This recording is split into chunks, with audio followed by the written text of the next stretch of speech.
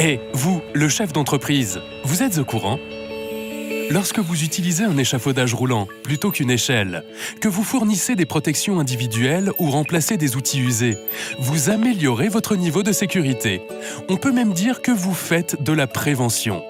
En limitant l'exposition au risque, vous préservez la santé de vos salariés et vous améliorez les conditions de travail.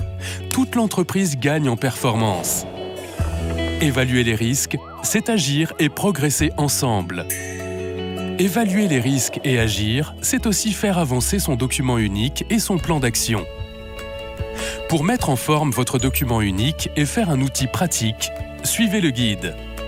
D'abord, si vous le pouvez, réunissez vos salariés et repérez les risques présents dans chacune de vos activités. Demandez-vous également où en sont les mesures de prévention déjà envisagées ou mises en place dans votre entreprise.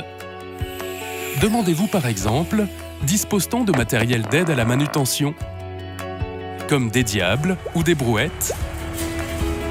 En fonction de ce qui est fait ou de ce qui n'a pas encore été fait, vous prévoyez les actions de prévention à mettre en place selon vos possibilités. Pas besoin de programmer des actions que vous ne réaliserez pas dans l'année. Ensuite, chaque année, n'hésitez pas à réunir votre équipe pour mettre à jour le document unique et le plan d'action en fonction des actions passées et à venir.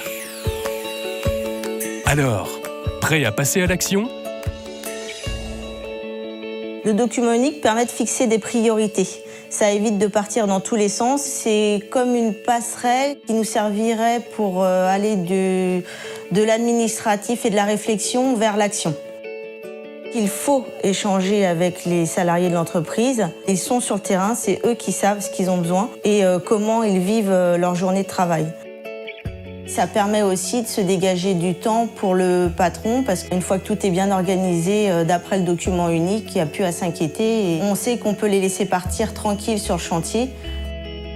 L'outil en ligne de l'OPPBTP, il est simplifié. Des documents sont rédigés, on n'a plus qu'à les compléter.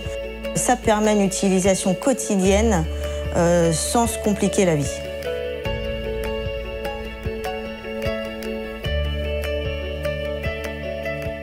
Le DU nous permet d'élaborer la politique, on va dire, sécurité et l'évaluation des risques au niveau de l'entreprise, tout en y associant les différents salariés concernés par les activités.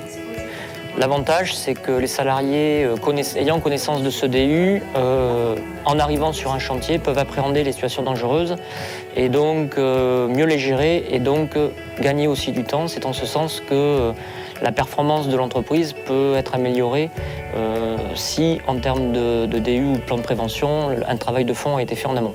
On est accompagné par notre fédération Scope BTP qui nous diffuse certaines fiches de retour d'expérience de certains accidents ou qui nous accompagne, on va dire, dans l'élaboration de certaines fiches liées à notre métier.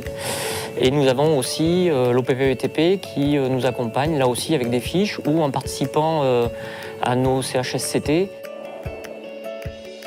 Le DU, je l'ai mis en place dans un souci de travail collaboratif avec les salariés. Il est vrai que ça permet à chacun de s'exprimer sur les risques qu'il peut prendre dans la journée sur tel ou tel chantier.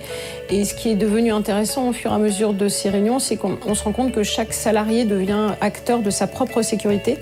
Il faut aussi que l'entreprise est au cœur de leurs préoccupations sur le risque, sur les conditions de travail. Le fait qu'il soit dématérialisé, on peut tout de suite avoir accès à son document unique. C'est quelques clics. Je peux améliorer les axes, en rajouter, en supprimer. Et du coup, on a une visibilité.